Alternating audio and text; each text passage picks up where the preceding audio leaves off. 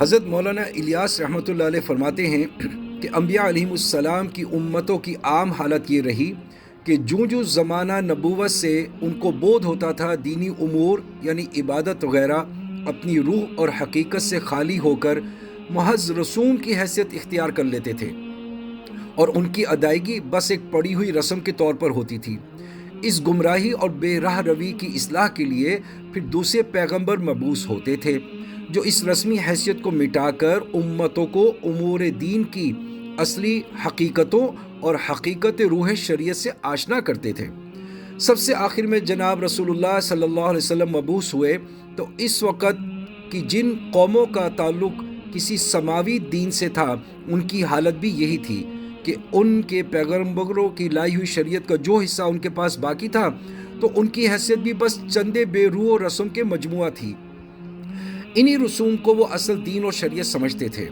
رسول اللہ صلی اللہ علیہ وسلم نے ان رسوم کو مٹایا اور اصل دینی حقائق اور احکام کی تعلیم دی۔ امت محمدی بھی اب اس بیماری میں مبتلا ہو چکی ہے، اس کی عبادات تک میں یہ رسمیت آ چکی ہے، حتیٰ کہ دین کی تعلیم بھی اس قسم کی ساری خرابیوں کی اصلاح کا ذریعہ ہونا چاہیے تھی،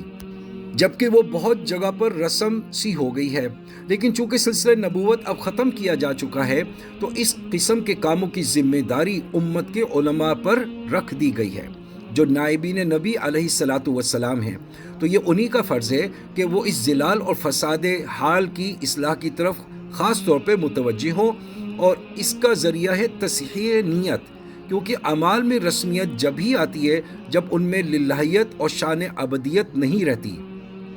اور نیت کی تصحیح سے اعمال کا رخ صحیح ہو کر اللہ کی طرف پھر جاتا ہے، اور رسمیت کے بجائے ان میں حقیقت پیدا ہو جاتی ہے، اور ہر کام ابدیت اور خدا پرستی کے جذبے سے ہوتا ہے۔